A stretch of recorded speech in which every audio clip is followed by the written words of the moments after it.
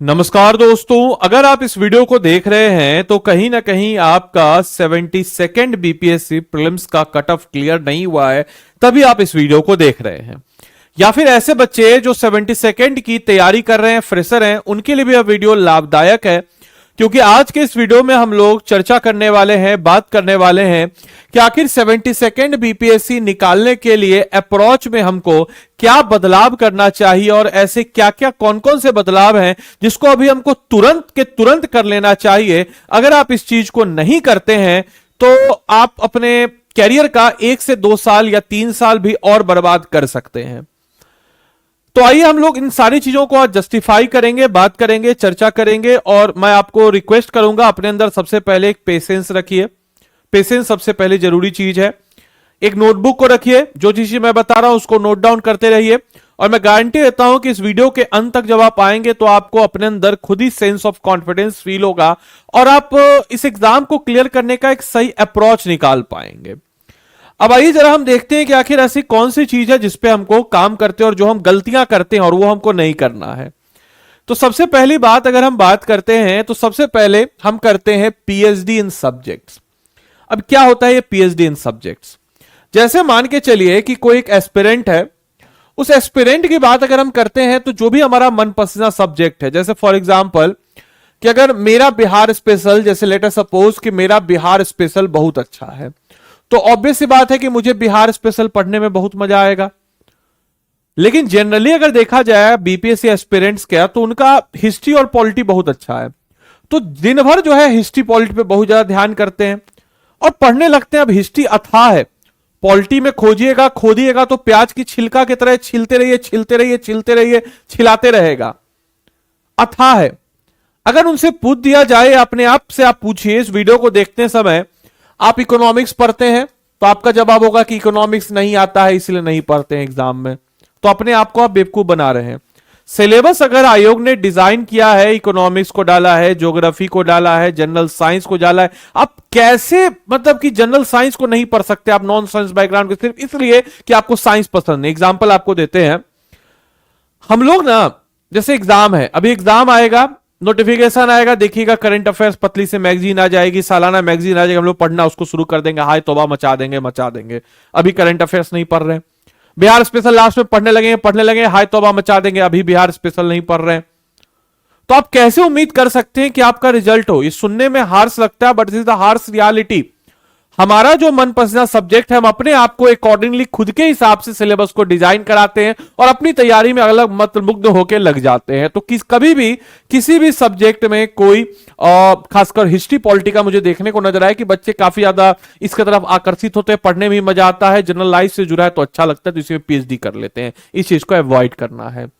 दूसरी चीज कि हमारा कोई रोड मैप नहीं होता है। जैसे फॉर एग्जांपल हमने पढ़ाई किया, अट्रेंडम पढ़ने लगे चीजों को, ना हमारे पास रिवीजन का रोड मैप होता है, ना हमारे पास उससे रिलेटेड क्वेश्चंस को लगाने का रोड मैप होता है, ना हमारा ये प्लानिंग होता है कि अगले 1 महीने में हम इसको खत्म करेंगे, 1.5 महीने में इसको खत्म करेंगे, 2 महीने में इसको खत्म करेंगे। इस प्रकार से किसी भी प्रकार का कोई रोड मैप या प्लानिंग नहीं होता है, ना रिवीजन का होता है, और उसको हम स्किप कर देते हैं। ऑब्वियस सी बात है, जब हमारे पास कोई प्लानिंग नहीं है तो ऑब्वियस सी बात है हम हमारे सिलेबस के बहुत सारे पार्ट्स को स्किप कर देंगे। जैसे करंट अफेयर्स की बात जब हम करते हैं तो करंट अफेयर्स का मैंने एग्जांपल दिया कि अभी करंट अफेयर्स हम नहीं पढ़ रहे हैं क्योंकि हमारे पास कोई प्लानिंग नहीं है, लेकिन एग्जाम का दौर आएगा, हम मैगजीन लेंगे, मैगजीन को पढ़ेंगे और फिर एग्जाम में जब पेपर देने जाएंगे तो बोलेंगे करंट अफेयर्स कहां से आ गया, हमको पता ही नहीं चला।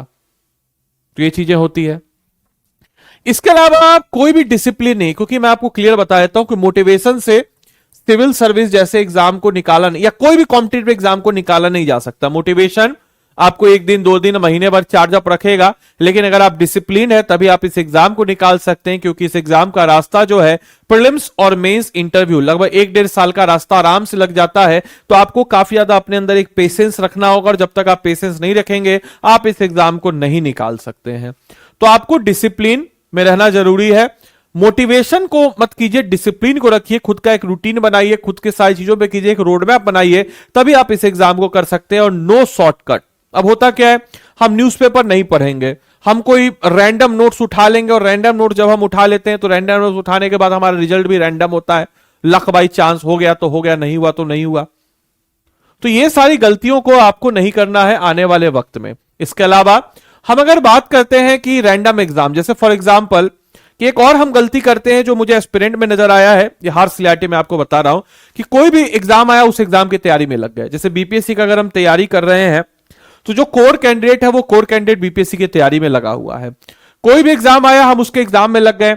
हम हंस नहीं रहे, लेकिन आप देखिए बीएसओ हो, एडीओ हो, हम ये भी नहीं बोल रहे हैं कि हम खुद बोले कि हाँ चलो अगर आपका मैथ रीजनिंग अच्छा है, अगर आप कर सकते हैं तो आप एडीओ में चले जाइए।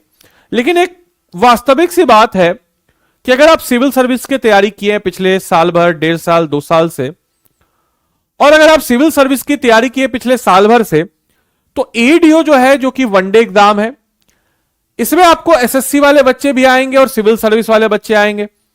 एसएससी वालों का मैथ्स रीजनिंग वो उनका कोर एरिया है। आपको अगर लगता है कि आप उनके कोर एरिया में जाकर के ये एग्जाम में उनको आप बीट कर देंगे, तो गॉड नोज कि आप क्या सोचते हैं, किस हिसाब से प्लानिंग कर रहे हैं। हां हो सकता है, बट कितना टफ होगा आप इस चीज को समझिए। आप नहीं समझे तो आप उसको और समझाते हैं। जैसे आपका कोर एरिया क्या है, किसी भी चीज को सब्जेक्टिव तरीके से पढ़ना, और मेंस आंसर राइटिंग लिखने में क्या एसएससी वाला आपको हरा सकता है?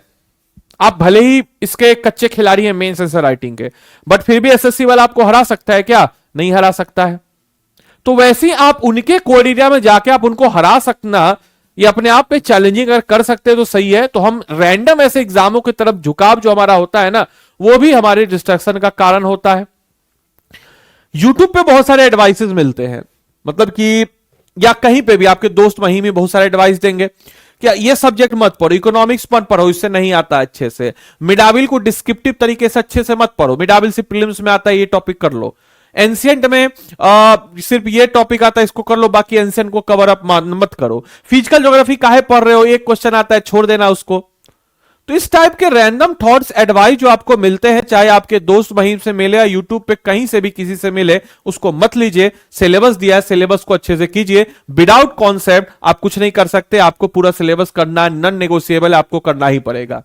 इसको छोड़ दो, उसको छोड़ दो, उससे काम नहीं चलता है। आपको सब पढ़ना पड़ेगा। अगर आप सब पढ़ करके मेहनत करने के लिए तैयार हैं तो एग्जाम आपके लिए निकलेगा, नहीं तो this is not the line. मतलब ऑब्वियस सी बात, इसको एक्सेप्ट कर लेना कि नहीं यार एग्जाम हमसे नहीं निकलेगा, आप किसी और चीज में दिमाग लगा सकते हैं, बट अगर आपने सिविल सर्विस एग्जाम आपको निकालना है, आपको इसको फॉलो करना होगा, नॉन नेगोशिएबल है। सुन के बुरा लग रहा होगा, लेकिन ये सच्चाई है। आपको सब पढ़ना पड़ेगा, आपको इकोनॉमिक्स भी पढ़ना पड़ेगा, आपको बजट भी पढ़ना पड़ेगा, आपको इकोनॉमिक सर्वे भी पढ़ना पड़ेगा, हर एक चीज आपको पढ़ना पड़ेगा।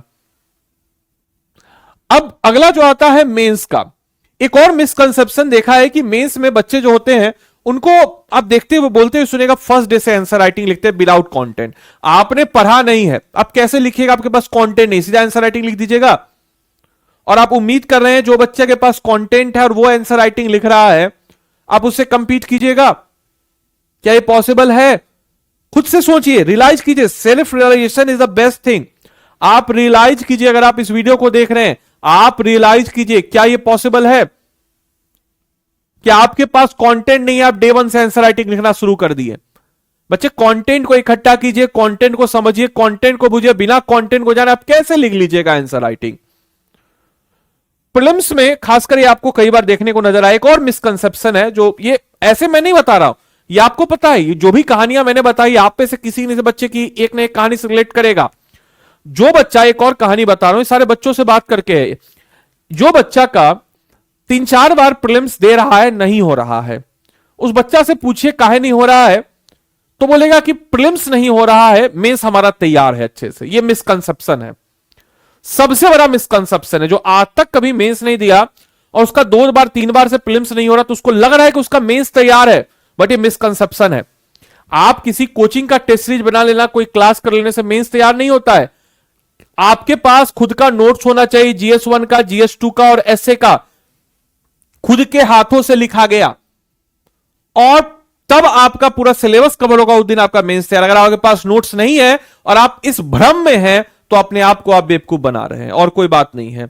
यूजुअली लगता है कि we are best in mains, हमारा प्रीलिम्स नहीं हो रहा, जिस दिन प्रीलिम्स निकल जाएगा हम रैंकर हो जाएगा, but this is not the right thing. ये सही बात नहीं है, सही तरीका नहीं है।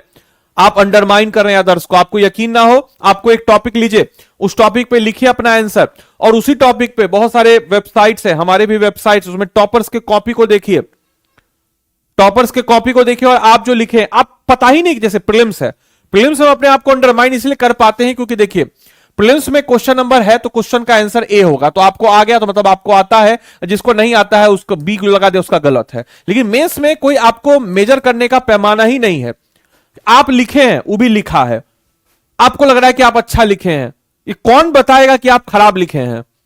इसलिए तो मेंटरशिप जरूरत होता है ना। प्रीलिम्स में तो आप खुद को जज कर लेते हैं कि भैया 1 का ए हुआ हम बी लगाए तो हम गलत है, चाहे 1 का ए हुआ हम ए लगाए तो हम सही हो गए। मेंस में कैसे लगेगा? मेंस में यूजुअली जो भी मेंस आंसर राइटिंग लिख के आता है, या कभी एक बार भी कोई मेंस लिखा तो कोई भी बच्चा होता है, आप देखते होइएगा आपके भी नजर में, उसको लगता है बहुत अच्छा वो आंसर लिखा है। कैसे आप कंपेयर कीजिएगा कि आपने अच्छा लगा कि खराब लिखा? कहा क्या पैमाना क्या है आपके पास? नहीं है पैमाना, हार्श रियलिटी है, बात यह सच्चाई है। और हमको लगने लगता है कि हमारा अच्छा है, बट ऐसी बात नहीं है।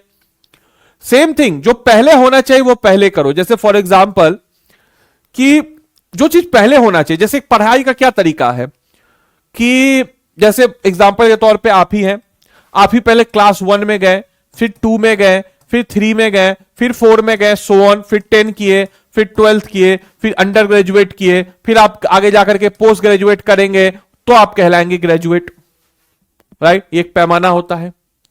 तो जो पहले होता है, आप जैसे बिना आप 12th किए हुए आप अंडर ग्रेजुएट में एडमिशन ले सकते हैं क्या? नहीं ले सकते हैं। बिना आप अंडर ग्रेजुएट किए क्या पीजी में एडमिशन ले सकते हैं क्या? नहीं ले सकते हैं। तो एक प्रोसेस होता है, जो पहले का तरीका है वो पहले किया जाए। जैसे जनरली यही तरीका होता है कि पहले आप किताब पढ़िए, कोई भी स्टैंडर्ड बुक्स पढ़िए, कोई भी स्टैंडर्ड बुक जो है उसको आप पहले पढ़िए। फॉर एग्जांपल कोई भी जो स्टैंडर्ड बुक्स है उस स्टैंडर्ड बुक्स को पहले पढ़िए, आप लक्ष्मीकांत पढ़िए, आप स्पेक्ट्रम, कोई भी किताब उसको पढ़िए, प्रीवियस ईयर क्वेश्चन उसके बाद पढ़िए, उसके बाद आप टेस्ट सीरीज लगाइए। यही होता है तरीका। इस पे तो एग्री कीजिएगा। लेकिन हम करते क्या है, कोई भी XYZ नोट्स को पढ़े, समरी को पढ़े और टेस्ट सीरीज लगाना शुरू कर दिया। हमने सिलेबस खत्म है। आपने कभी इकोनॉमिक्स पढ़ा है? अपने आप से पूछिए, क्या आपने इकोनॉमिक्स के सिलेबस को खत्म किया है? आप में से अगर मतलब 90% बच्चों ने नहीं किया होगा इकोनॉमिक्स के सिलेबस को खत्म। क्या आप में से किसी ने ज्योग्राफी के पूरे सिलेबस को खत्म किया है? आप में से 90% बच्चे होंगे जो बोलेंगे, 85% बच्चे होंगे जो बोलेंगे नहीं किया सिलेबस ज्योग्राफी को खत्म। हम तो हमेशा हिस्ट्री और ज्योग्राफी पॉलिटी पढ़ते रहे। क्या आपने मिडाबल हिस्ट्री पढ़ा है? नहीं पढ़ा है अच्छे से। किसी का नोट्स उठाया है, किसी का समरी उठाया है, किसी का एक मैराथन वीडियो देख लिया है और सोच रहे हैं कि हमारा मिडाबल कंप्लीट है। गलत बोल रहे होंगे तो बताइएगा, कमेंट कीजिएगा। गलत बोल रहे हो तो बताइएगा। क्या ये आपकी कहानी नहीं है? आपको लग रहा होगा कि हम आपको आईना दिखा रहे, लेकिन ये सच्चाई है मेरे भाई। हम उसके बाद करते गए same thing with that mains. Mains में हम ऐसे ही करते हैं कि प्रीवियस ईयर क्वेश्चन नहीं किए, कंटेंट डेवलप नहीं किया, आंसर राइटिंग पहले दिन से आंसर राइटिंग लिखना शुरू कर देते हैं। तो उससे क्या होता है कि आंसर राइटिंग हम पहले दिन से लिखना शुरू अगर हम कर देते हैं तो क्या इस आंसर राइटिंग से आपको लगता है कि आप कंपीट कर पाएंगे जो अच्छे से सारी चीजों को कर रहे हैं? जवाब है नहीं। वैसा ही कुछ और इंफॉर्मेशन, जैसे कुछ ऐसे बच्चे जिनका 10 मार्क्स के गैप से रह रहा है आंसर, जैसे फॉर एग्जांपल बहुत सारे ऐसे बच्चे जो कट ऑफ 10 मार्क्स से रह रहा है।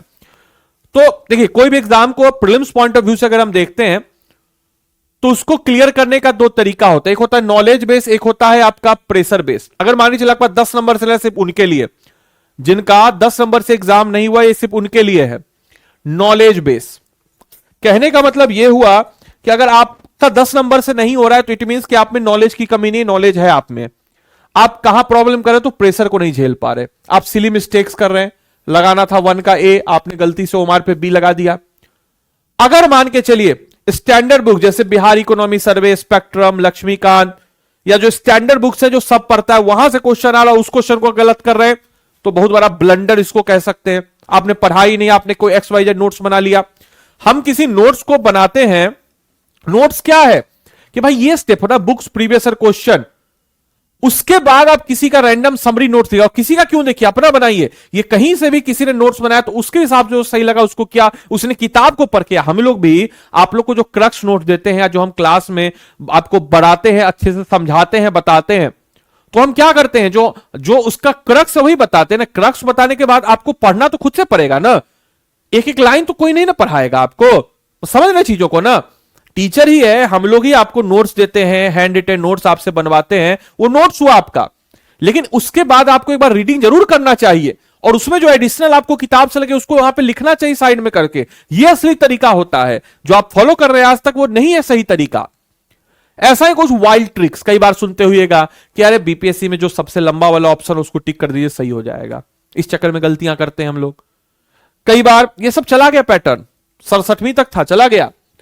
हम लोग कई बच्चे ये भी होते हैं जो एग्जामिनेशन हॉल में ही कट ऑफ डिसाइड कर लेते हैं। हम तो ज्यादा निगेटिव करके आए। क्यों करके आए निगेटिव ज्यादा? क्योंकि बाबू रे हमको लगा कि कट ऑफ ज्यादा जाएगा तो ज्यादा क्वेश्चन अटेम्प्ट कर लिए। क्यों ये पीयर प्रेशर लेना? नहीं हुआ आप लोग के साथ? बहुत लोग जो इस वीडियो को देख रहे हैं उनके साथ हुआ होगा ऐसा कि हम तो सर ज्यादा क्वेश्चन अटेम्प्ट इसलिए कर लिए क्योंकि हमको लगा कट ऑफ ज्यादा जाएगा। वाई? क्यों हमको लगा ऐसा? तो ये रिथिंक करने की बात है। आपको अपने ऊपर कॉन्फिडेंस होना चाहिए और ये तरीका है। ये मैं फिर से बोलूंगा, there is nothing like a shortcut. आपको किसी भी प्रकार का शॉर्टकट नहीं लेना है। आपको अपने फाउंडेशन को बेस्ट करना पड़ेगा। आपको कोई नॉन नेगोशिएबल है, फाउंडेशन को आपको बेस्ट करना पड़ेगा। और कैसे करना पड़ेगा तो हम आपको बता रहे हैं। करने का एक तरीका है। जैसे लेट अस सपोज कि हम ही लोग का एक बैच है, मान के चलिए आरंभ बैच, हम समझा रहे हैं आपको। आरंभ बैच है जैसे मान के चलिए 14.0। अब जैसे मान के चलिए आज से इसमें पॉलिटी शुरू हुआ है तो हम देख रहे थे क्लास। तो जो हम पैटर्न बनाए हैं इस पैटर्न को भी आप फॉलो कर लीजिए खुद से तो बेस्ट है। तो हम लोग ऐसे कर, देखिए आरंभ बैच है तो पॉलिटी का मान के चलिए कि आपका टॉपिक हुआ मेकिंग ऑफ इंडियन कॉन्स्टिट्यूशन। ये टॉपिक आपका पहला टॉपिक है, मेकिंग ऑफ इंडियन कॉन्स्टिट्यूशन। तो कैसे पढ़ाया जाता है, कैसे आपको पढ़ना है उसको समझ लीजिए। अब इस टॉपिक को जब आपने पढ़ा या खुद से पढ़ा या हमारे यहां तो चलो टीचर पढ़ाया, तो टीचर ने आपको हैंड रिटेन नोट्स बनवाया। टीचर ने क्या किया? आपको हैंड रिटेन नोट्स आपसे बनवाया। अब इसके बाद क्या होगा कि आपको क्या करना है? हालांकि हमारे जो मेंटर है वो क्या करते हैं मैं उसी हिसाब से बता रहा हूं। मेंटर क्या करेंगे कि आपका hand retain notes English, Hindi, जो भी आप लैंग्वेज हो दोनों में बन गया। मेंटर क्या करेगा तो इससे रिलेटेड एनसीईआरटी में कौन सी क्लास का है उसका आपको वीडियो लेक्चर प्रोवाइड करा देगा। आप खुद से पढ़िए, हम लोग तो वीडियो लेक्चर प्रोवाइड करा देते हैं। बाकी जो बैच में उन लोग को तो वीडियो लेक्चर, बाकी आप खुद से पढ़ सकते हैं।